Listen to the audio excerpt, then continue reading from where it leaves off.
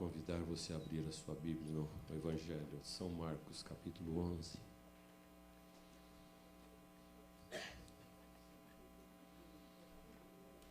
Aleluia.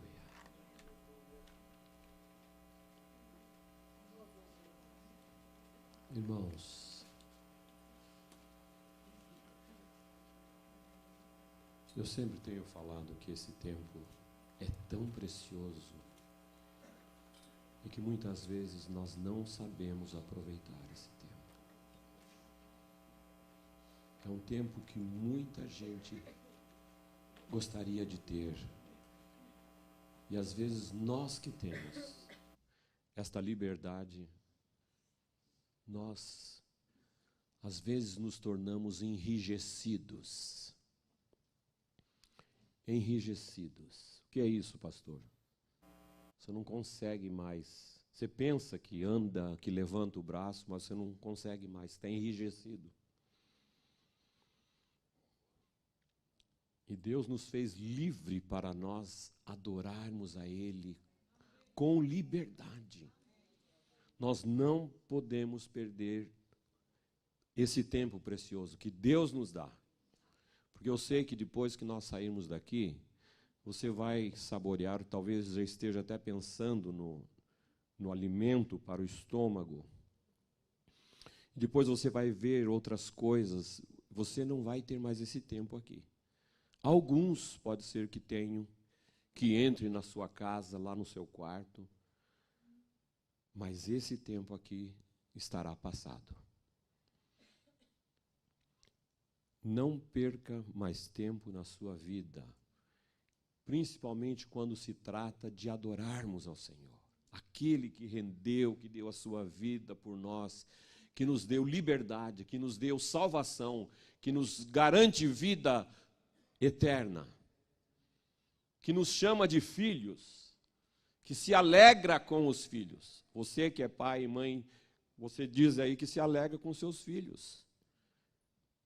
Não sei se você se alegra mesmo de fato e de verdade ou é uma enganação. Mas Deus não engana.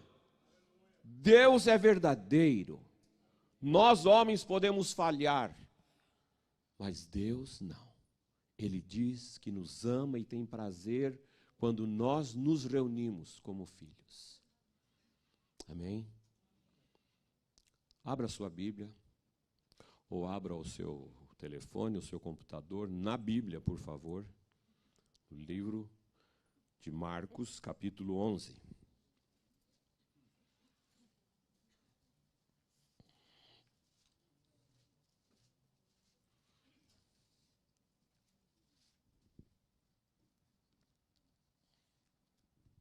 Marcos, capítulo 11.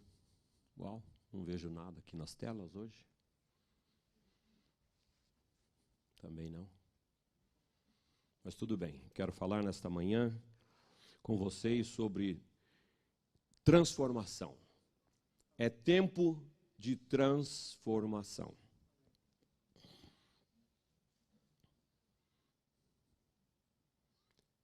Capítulo 11, versículo 15 a 17, nos diz: E foram para Jerusalém. Entrando ele no templo, passou a expulsar os que ali vendiam e compravam. Derribou as mesas dos cambistas e as cadeiras dos que vendiam pombas. Não permitia que alguém conduzisse qualquer utensílio pelo templo. Também os ensinava e dizia: Não está escrito, a minha casa será chamada casa de oração para todas as nações? Vós, porém, a tendes transformado em covil de salteadores. Amém? Vós, porém, a tendes transformado em covil de salteadores. Um texto nas Escrituras bem conhecido e que pode nos dar uma boa ilustração, uma clara ilustração sobre transformação ou sobre transformar está na carta de Paulo aos Romanos, capítulo 12, os versículos 1 e 2. Sei que é bem conhecido dos irmãos, mas se você não tem ainda essa familiaridade, pode procurar em Romanos 12, 1 e 2, você vai já descobrir e acompanhar. Quando o apóstolo está ali falando aos crentes de Roma, Paulo está fazendo um rogo, é mais do que um pedido. Rogar é pedir com insistência, é suplicar, é implorar. E ele está aqui suplicando a estes irmãos, pelas misericórdias de Deus, que apresenteis o vosso corpo por sacrifício vivo, santo e agradável a Deus, que é o vosso culto racional. Culto com raciocínio, culto com inteligência, quando nos reunimos aqui como irmãos, como povo de Deus, como casa de Deus, reunimos em o nome de Jesus para cultuarmos com inteligência, cultuarmos com atenção, para que nada nos desvie desse propósito, que não haja displicência, que não haja interferência, porque esse é um momento único na nossa vida.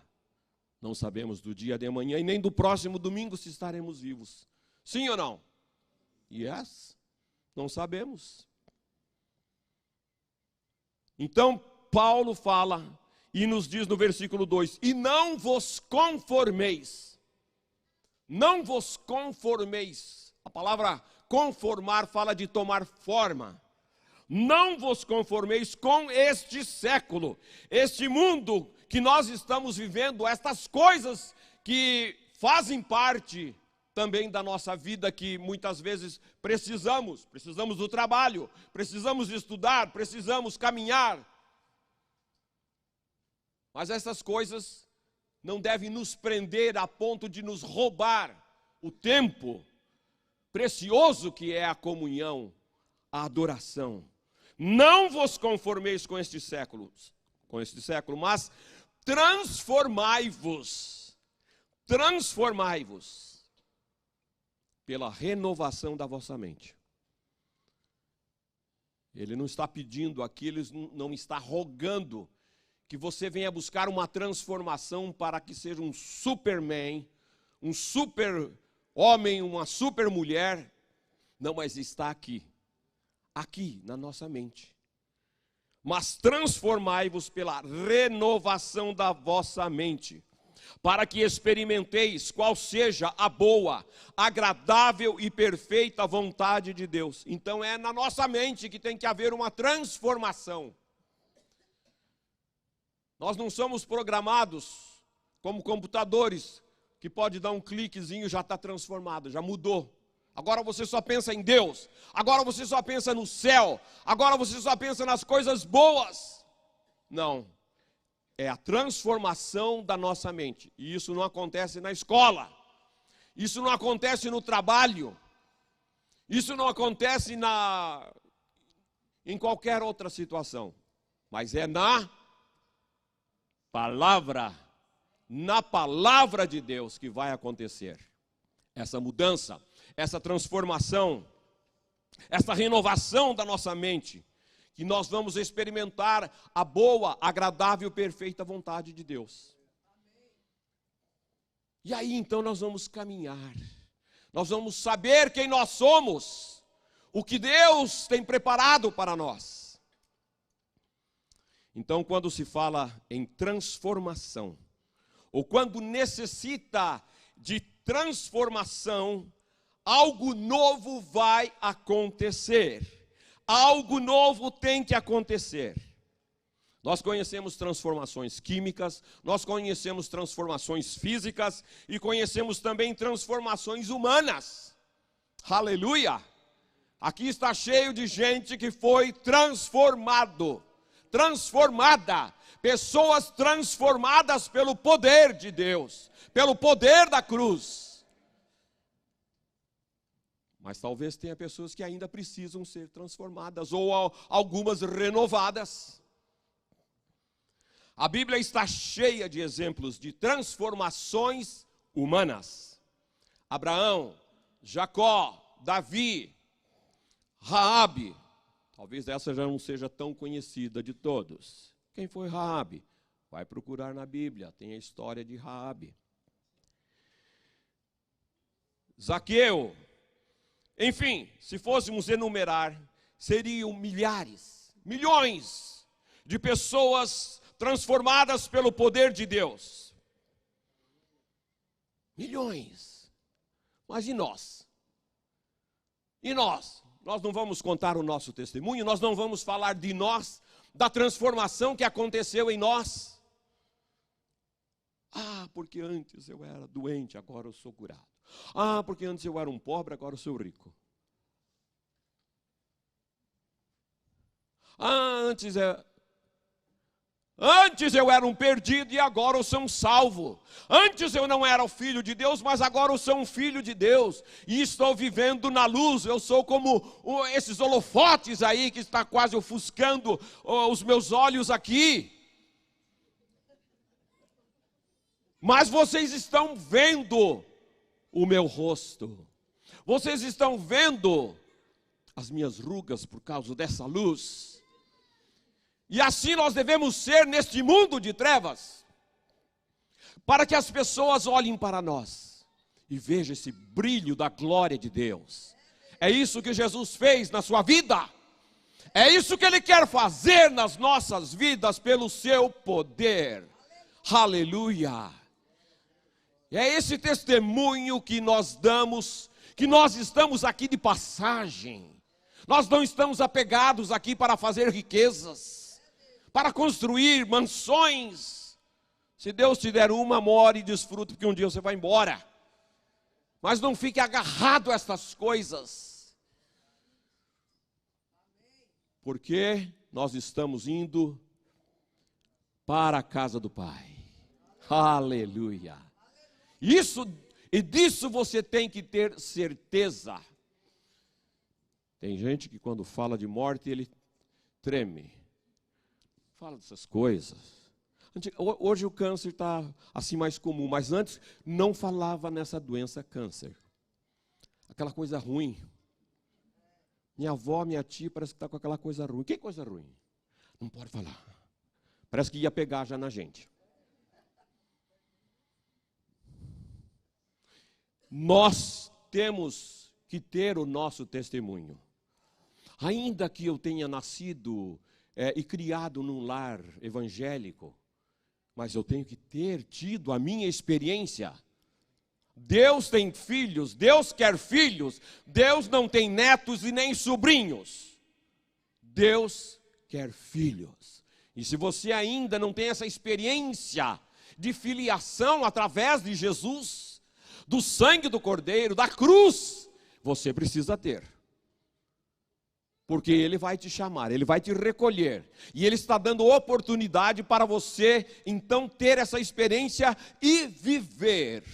Não é ter uma experiência lá em 1950 e agora você vive como quer. Não. É vida diária com Deus. Vida diária com Deus. Então, nós precisamos ter essa experiência para contar.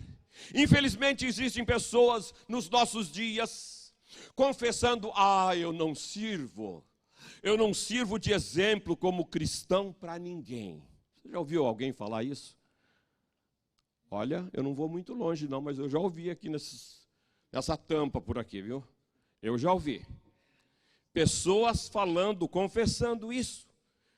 Você não deve olhar para a minha vida. Você tem que olhar para minha mãe, para minha avó, você tem que olhar para o pastor. Eles sim são exemplos de crente. Mas eu quero te falar nessa manhã, meu querido.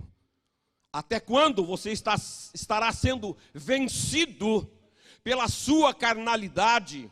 Até quando você estará sendo vencido pela sua incredulidade e não se rende totalmente ao senhorio de Cristo para que Ele seja o Senhor da sua vida? É hora de parar e pensar e decidir, tomar uma decisão. Não adianta nada vestir uma capa de crente e continuar vivendo a velha vida. Nós precisamos mostrar ao mundo que nascemos de novo, que somos novas criaturas. Aleluia. Para glorificá-lo, para exaltá-lo e para cumprir o chamado de Deus na nossa vida, daquilo que Ele espera que nós somos capazes de fazer pelo seu poder. Testemunhando, sendo embaixadores do Rei, sendo as suas testemunhas. O texto que nós lemos relata Jesus, ao entrar no templo, ele fez uma grande transformação.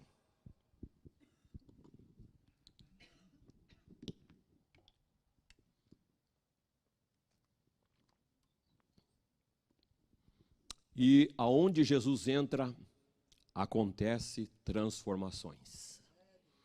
Aonde Jesus entra, tem que haver transformações. Esse é o poder de Deus, esse é o poder do Evangelho, de transformar os homens. Mas o que estava acontecendo ali é que estavam abusando do comércio, do sacrifício dentro do templo. Aumentavam os preços das ofertas e estavam fazendo transações no câmbio negro. Olha só. Isso estava atrapalhando a adoração a Deus. E Jesus tomou uma atitude de mudar isso. Todas as vezes que alguma coisa atrapalhar a adoração a Deus, Jesus irá tomar uma atitude para mudar isso. Principalmente quando nós conhecemos a Ele. Segundo o historiador Joséfo, ou Flávio Joséfo, que viveu no primeiro século, conta que próximo ao templo havia um comércio, uma espécie de bazar de Anás. Anás e Caifás, você já se relaciona que era o sumo sacerdote naqueles dias de Jesus. Anás e Caifás. Então havia ali um comércio que eles estavam vendendo os pombos, os cordeiros, a flor de farinha que era usada para os sacrifícios no templo. Tudo que se exigia para o sacrifício anual conforme a lei de Moisés. Os que tinham dinheiro pagavam o imposto anual e aquilo que era exigido pela lei para oferecer os seus sacrifícios. Agora, os pobres faziam o que não podiam para conseguir um casal de pombinhos ou rolinhas, prescrita na lei, e a oferecer a Deus. Eles economizavam o máximo para cumprir a obrigação dos impostos, porque tinha que ser feito dessa maneira. Mas acontece o seguinte, que quando aquela família vinha trazendo os seus animaizinhos, no caso, os pombinhos, havia um inspetor que ficava conferindo para saber, porque pela lei não poderia oferecer nada com defeito. Nada com defeito. Imagine só, se não fosse uma exigência, o que vinha de animal defeituoso, torto e outras coisas, mas tinha que ser o melhor. Aí o inspetor estava ali inspecionando. Ei, seu Vanderlei, é o seguinte, a sua pombinha aqui está com o bico torto. A sua pombinha está com a asa quebrada. E aí não tinha o que refutar. Era o inspetor que estava olhando. E agora o que eu faço? Eu preciso oferecer meu sacrifício, ô senhor Anás, ô Caifás. Aí é o seguinte, nós já vamos te arrumar outra aqui, ó. Tem aqui uma novinha. O senhor põe aqui essa defeituosa, leva essa nova, paga a diferença. Dinheiro, estava envolvendo dinheiro. Paga a diferença. Aí ele levava, ele deixava ali, quase o que não tinha, mas ele deixava e levava então, supostamente, um animalzinho perfeito. Ele pegava aquele reclamado, passava para cá de novo, e já vinha outro, ele falava, o senhor tem que ficar com uma boazinha, que era aquele que tinha rejeitado. E assim Vocês já entenderam.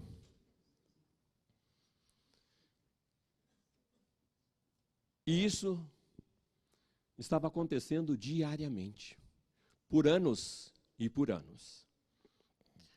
A desqualificação da oferta tinha como propósito forçar o ofertante a fazer uma negociação para entrar dinheiro, talvez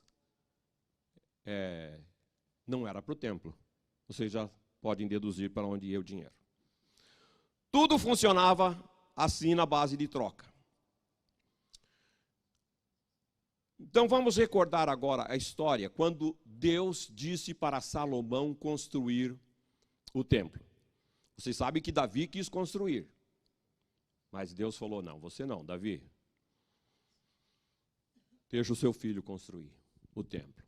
E aí Davi, mesmo ajudado por Salomão, ajudado por Davi, ele faz a construção, algo espetacular, maravilhoso. Não tinha nada igual àquilo na época. Era uma riqueza, era algo assim fantástico. E quando ele termina o templo, ele vai fazer um culto de sacrifício ali, e Deus se agrada daquilo. E Deus mesmo falou que o seu nome, os seus olhos e o seu coração estariam todos os dias naquele lugar. Então nós podemos imaginar, quando a gente visualiza assim, aquele templo, aqueles compartimentos do templo, e lá onde estava o Santo dos Santos, que estava a arca, a presença do Senhor. Jesus, como um filho obediente, zeloso das coisas do Pai, ele não suportou em ver aquele comércio no templo. Ele não suportou em ver aquela situação que estava acontecendo, que aqueles homens estavam fazendo naqueles dias. E o principal de tudo, que era a adoração, aquele mover de Deus, a glória do Senhor descendo, as pessoas se envolvendo com Deus, já tinha passado. Não estava mais acontecendo. Eles estavam mais interessados em fazer o comércio. Então, Jesus não gostou nada disso. E ele, então, ele queria que aquelas pessoas estivessem zelando, fazendo a coisa correta, e não cometendo aquelas barbaridades, fazendo do lugar santo um lugar de comércio, perdendo totalmente o respeito e a santidade de Deus. Nesse mesmo capítulo 11, no versículo 11, nos diz que Jesus entrou em Jerusalém. Ele entrou no templo, isso aí aconteceu um pouquinho antes dessa segunda entrada. E ele chegou e ele olhou tudo que estava acontecendo ali. Ele olhou detalhe por detalhe, ele foi vendo, e tendo observado tudo como fosse já tarde, saiu para Betânia com os 12. William Hendrickson diz que nada escapou à sua checagem. Ele captou as impressões que conduziriam às ações do dia seguinte. No outro dia, ele volta e faz uma faxina na casa de Deus. A casa de Deus tinha perdido a razão de ser. Os sacerdotes tinham transformado a casa de Deus no mercado. O lucro tinha substituído o relacionamento com Deus. Então Jesus declara que a sua casa não deveria ser um lugar para excluir as pessoas pela barreira do comércio. No começo do seu ministério, ele pegou um chicote e expulsou os vendilhões do templo. Agora, no final do seu ministério, ele vira as mesas e declara que a sua casa precisa cumprir o propósito de aproximar as pessoas de Deus em vez de afastá-las. aconteceu 2 vezes essa atitude de Jesus com a casa de Deus. A casa de oração tinha sido transformada em covil de salteadores. Campbell Morgan diz que o covil dos salteadores é o lugar para onde os ladrões correm quando desejam se esconder. Em vez de buscarem o templo para romperem com o pecado, elas estavam tentando se esconder da consequência do pecado no templo. O templo estava se transformando num covil ou num esconderijo de ladrões. Meus queridos irmãos, quando estava meditando nessa palavra, eu fiquei a pensar que hoje nós podemos estar fazendo a mesma coisa que aqueles religiosos daqueles dias. Mas pastor, nós não estamos vendendo nada aqui, o que o senhor está falando? Não é? Tem gente que acha que até vender livro lá atrás já é um comércio. Isso aí é um momento de aproveitar, não é mesmo, a pessoa que está oferecendo esses livros. Isso não existe toda hora, todo momento, todos os dias. Isso é uma coisa ocasional. Então nós não devemos cair num outro extremo. Mas eu estava pensando, porque muitas pessoas que estão se escondendo nos templos, pessoas que estão frequentando os templos simplesmente para se mostrarem, para que outros pensem, ele vai na igreja. Todos os domingos eu vejo esse casalzinho, essa família indo para a igreja. Eu vejo que eles são dizimistas, são ofertantes. Mas eles estão indo à igreja não para romperem com o pecado, mas para se esconderem da consequência do pecado. E isso é abominação aos olhos de Deus. Jesus quer ver uma transformação de verdade, não de aparência, não apenas o exterior, mas o nosso interior. O nosso interior. E Ele vê. Ele conhece todas as coisas. Os olhos de Jesus são como chamas de fogo que penetram. E nós não podemos esconder nada. Jesus fez 4 coisas aqui, nessa ocasião, quando ele estava ali verificando essas coisas do templo. Jesus, em primeiro lugar, ele limpou o templo. Assim como Jesus limpou o templo daqueles dias, Ele quer limpar o templo que somos nós. Como assim, pastor? Nós somos templo? Mas nós somos o templo, a palavra de Deus diz isso. Nós temos que estudar a palavra de Deus e descobrir que nós somos o templo do Espírito Santo, nós somos a morada do Altíssimo. Aleluia! Você, humanamente, é impossível de raciocinar isto.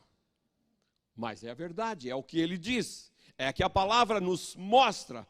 1 Coríntios 3,16.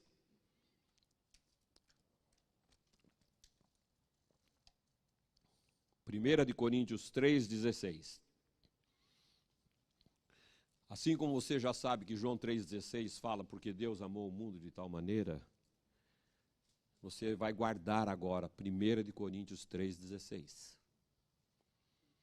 Quando ele diz, porque o santuário de Deus, que sois vós,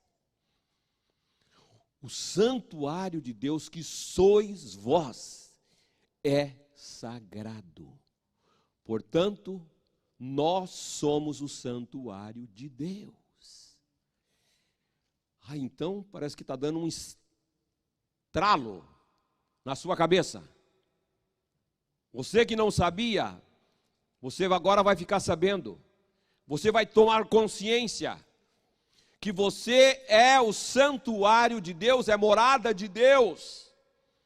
Se você recebeu, se você aceitou Jesus, se você convidou Jesus para entrar na sua vida, e ser o Senhor e Salvador da sua vida. Ele veio, e Ele está morando em você. Você é a habitação dEle. Mas você não pode esquecer disso jamais. Jamais. 1 de Coríntios, agora no capítulo 6, um pouquinho à frente, versículo 19, você que está acompanhando. Acaso não sabeis que o vosso corpo é o santuário do Espírito Santo,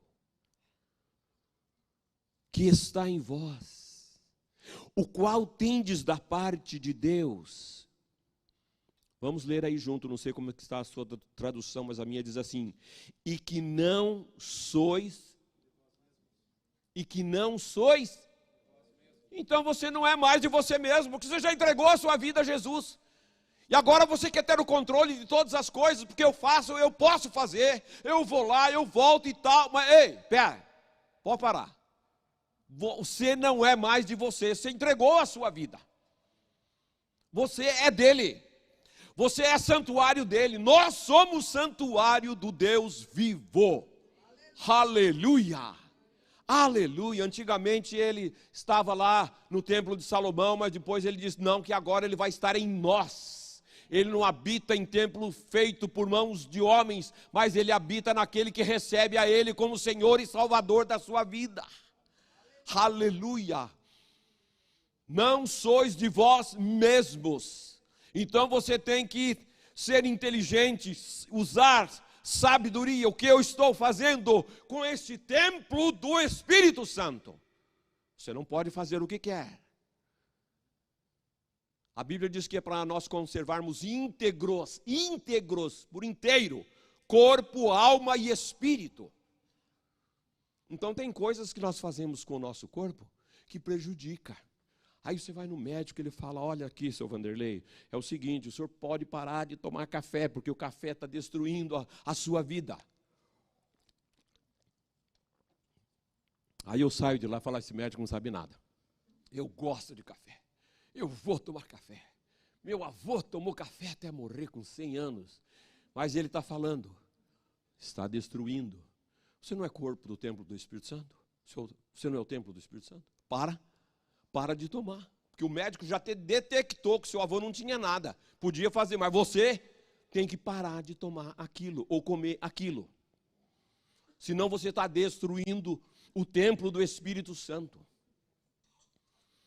Eu sei que é difícil falar assim para parar de comer picanha, porque não tem jeito, mas esse é um outro assunto, era de ontem, hoje é hoje, templo do Espírito Santo. O que nós estamos fazendo com esse templo, como nós estamos usando esse templo, se não é para glorificar a Deus, você vai ter que dar conta para Ele. Você vai ter que dar respostas para Ele. O que você faz com os olhos? Porque fostes comprados por preço. Agora, pois, glorificai a Deus no vosso corpo. Glorifica a Deus no vosso corpo. Quando? Domingo só? Não. Every day. Todos os dias. Todos os dias. Glorifica a Deus no vosso corpo. Hebreus 3:6 nos diz assim que Cristo, porém, como filho em sua casa, a qual somos nós, se guardarmos firme até o fim, a ousadia e a exultação da esperança. Vamos ler numa outra versão, diz assim, mas Cristo, o Filho de Deus, é fiel e o responsável absoluto pela casa de Deus, Ele mora em nós, se conservarmos a nossa coragem firme até o fim, bem como a nossa alegria e a nossa confiança no Senhor. Aleluia! Somos o templo de Deus. Somos o templo de Deus. Mas infelizmente, muitas vezes o nosso templo se encontra impuro. E a palavra de Deus nos diz que se os nossos olhos forem bons, ou melhor, os nossos olhos, eles são a lâmpada do nosso corpo. Se os teus olhos forem bons, todo o teu corpo será luminoso.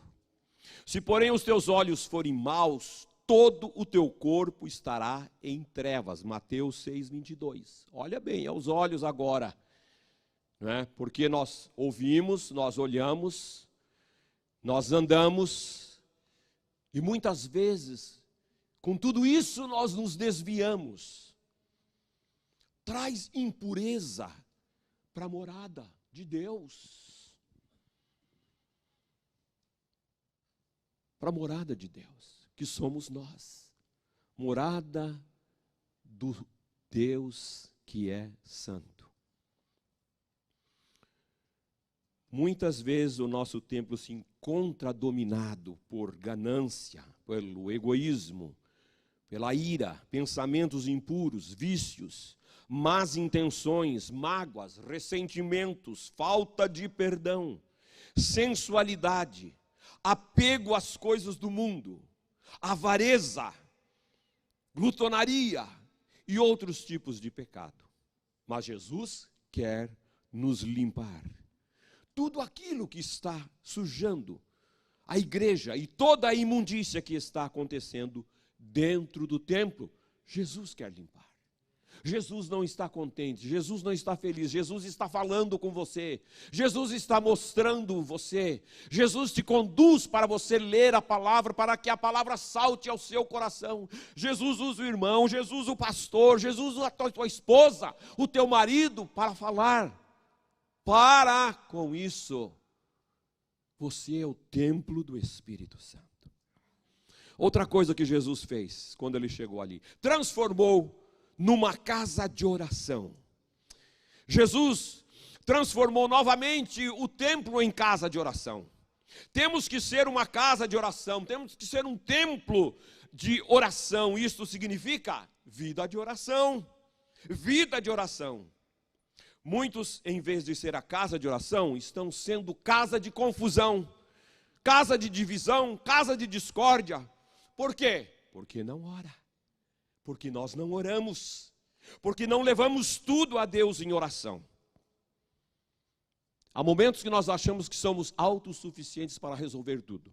Eu faço, eu vou resolver, eu vou lá e converso com ele, e às vezes você vai e quebra a cara, porque você não levou a Deus em oração. A palavra nos diz que levar tudo a Deus em oração. Mas essas coisas estão tão pequenas, mas é isso mesmo, nas pequenas, porque depois começam as grandes. Mas muitos não levam tudo a Deus em oração. Porque temos que orar não por obrigação, mas porque gostamos de entrar na presença do Pai. Isso é uma verdade. Orar é entrar na presença do Pai. E Ele convida, Ele espera esse tempo tão precioso, mas a gente entra tão rapidinho, não é? Senhor, estou precisando disso. Senhor, resolve isso. Senhor, muito obrigado. Amém. Vamos embora. Está com pressa. Mas para outras coisas, aquele filme, 1 hora. Nossa, nem vi que a hora passou, 1 hora. Mas quando você se ajoelha para orar, quando é que ajoelha, né? Porque agora, ultimamente, está de pé, vai no carro mesmo. Mas tu pode fazer isso também. Mas tem que ter um momento de se ajoelhar. Aí você fala, não. Mesmo com o carpê aqui, esse joelho está doendo. Não vou ficar de pé, não. Deus que me perdoe, mas Ele aceita a minha oração. Humilhe-se na presença do Senhor. Ora, porque Ele tem prazer quando você chega lá. Temos que orar dirigidos pelo Espírito Santo, não pela nossa vontade. E Romanos fala isso. Também o Espírito Santo, semelhantemente, nos assiste em nossa fraqueza, porque não sabemos orar como convém. Mas o mesmo Espírito intercede por nós sobremaneira com gemidos inexprimíveis. Vai acontecer isso quando você chegar lá e derramar o seu coração e falar: Espírito Santo, eu não sei o que falar. Eu não sei o que falar. E você começa a gemer diante de Deus. Ele sabe o que você quer. Porque as palavras não saíram ainda da nossa boca e Ele conhece tudo. Mas quando você está ali gemendo, não é, de verdade, de coração, não por reclamação, Ele vai colocar essas palavras e elas chegarão diante de Deus. Outra coisa que Jesus fez, transformou aquele lugar numa casa de poder. No relato de Mateus nos diz que vinham a Jesus nos templos os cegos e paralíticos, e Ele os curava. Por isso que quando nós somos transformados em casa de oração, seremos também transformados em casa de poder. Casa de poder, a sua casa precisa ser uma casa de poder. Aleluia. Depois do dia de Pentecostes, daquele acontecimento, Atos 3, os apóstolos Pedro e João foram um dia em adoração no templo, e lá estava um homem paralítico, pedindo uma esmola, por amor de Deus. Aí Pedro falou para ele: olha, nós não temos ouro nem prata. Engraçado, né, que os discípulos de Jesus eram despojados de dinheiro. Não temos ouro nem prata, mas o que temos, vamos te dar. Em nome de Jesus, levanta e anda. E o homem já saltou, e aleluia, glória a Deus, né? Casa de poder. Aleluia. Graças a Deus por sua misericórdia, que nós temos visto neste lugar, aleluia. Nós temos visto milagres acontecerem, mas Deus tem muito mais para realizar através de cada um de nós. Se eu falasse assim: quem quer ir comigo hoje numa visita para orar pelo paralítico? E hoje vai acontecer, e você vai orar. Ah não, por favor, escolhe outro. Ou orar pelo endemoniado. Nem me fale esse negócio. Mas cadê a casa de poder? A casa de poder que somos nós, que devemos ser. Estamos fugindo, estamos correndo? Não, nós vamos lá, não há poder nenhum, mas o Senhor vai capacitar. Deus vai capacitar. E é isso que Ele quer fazer. Capacitar, encher-nos deste poder, desta unção. O poder sairá de dentro de nós e começará a acontecer grandes coisas, mais milagres, mais pregações poderosas. A unção fluirá sobre a nossa vida. Evangelismo será frutífero. E seremos bênção na vida das pessoas desta cidade. Aleluia. Glória a Deus. Outra coisa que aconteceu, Jesus transformou numa casa de perfeito louvor. Perfeito louvor. Ah, irmãos.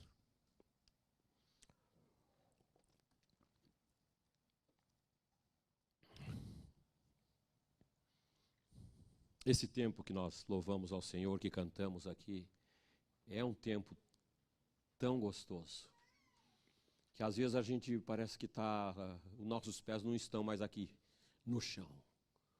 A gente começa a subir, louvando e adorando ao Senhor. Sabe que às vezes me dá vontade? Eu vou abrir meu coração com você nessa manhã. Dá vontade, quanto Mazinho está aqui ministrando louvor, as irmãs tocando, cantando e tocando. Tenho vontade de sair aqui, vir aqui e falar: deixa eu olhar quem é que está louvando mesmo. Quem é que está cantando? Quem é que está olhando o celular? Quem está distraído com crianças? Eu tenho vontade, mas eu não faço. Deus está olhando, por que eu vou ter que ser o fiscal aqui? Ele sabe. Será que ele está contente?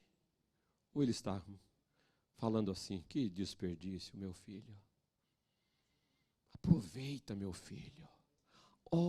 Louva, adora, canta, não é? Tenha liberdade, você tem liberdade de se manifestar. Jesus é bom. Não é? Que nem você faz lá no campo lá do seu time preferido. Eu não tenho nenhum preferido. Eu falo que eu sou São Paulino porque eu sou seguidor de São Paulo, do apóstolo Paulo. Entra nessa que é bom.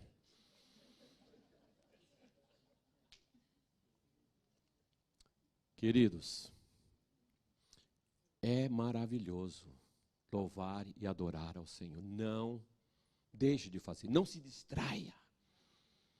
Tem gente que quer, irmãos, por favor, depois do culto a gente conversa. Agora, vamos estar centralizados aqui nesse louvor, na adoração e na palavra. Nada de ficar corpo presente e espírito ausente. Vamos voltar aqui sempre, porque o inimigo é astuto. Ele usa às vezes o marido, a esposa, o filho, o colega, faz. Mas não deixe. Não deixe, aprenda a isso. Jesus transformou aquele lugar numa casa de perfeito louvor. Então nós seremos casa de louvor e não de murmuração. O louvor será um louvor genuíno que sai de um coração quebrantado, de uma pessoa grata a Deus. Louvaremos ao Senhor em todo o tempo, aleluia. E como disse o salmista, e o seu louvor estará na minha boca continuamente. E teremos vitórias nas lutas, aleluia. Assim como Jesus expulsou aqueles que profanavam o templo nos seus dias, Jesus quer expulsar também das nossas vidas o que está impedindo que nos tornemos aquilo que temos que ser diante dele e diante dos homens também. Porque nós somos o templo do Senhor. Nós somos o templo do Senhor. Certa feita, quando Jesus estava conversando com os discípulos, ele disse assim para eles: não vos deixarei órfãos, voltarei para vós outros. E ainda também acrescentou: se alguém me ama, veja bem, se alguém me ama, guardará a minha palavra, e o Pai o amará. E viremos para ele e faremos nele morada. Olha só que promessa. E Jesus cumpre todas as promessas que ele faz, que ele fez. Então, querido, viva uma vida de alegria. Viva uma vida vitoriosa, porque você é morada de Deus. Nós somos morada de Deus. Aleluia. Aleluia. Aleluia. Vamos orar. Curve a sua cabeça. Vamos orar ao Senhor.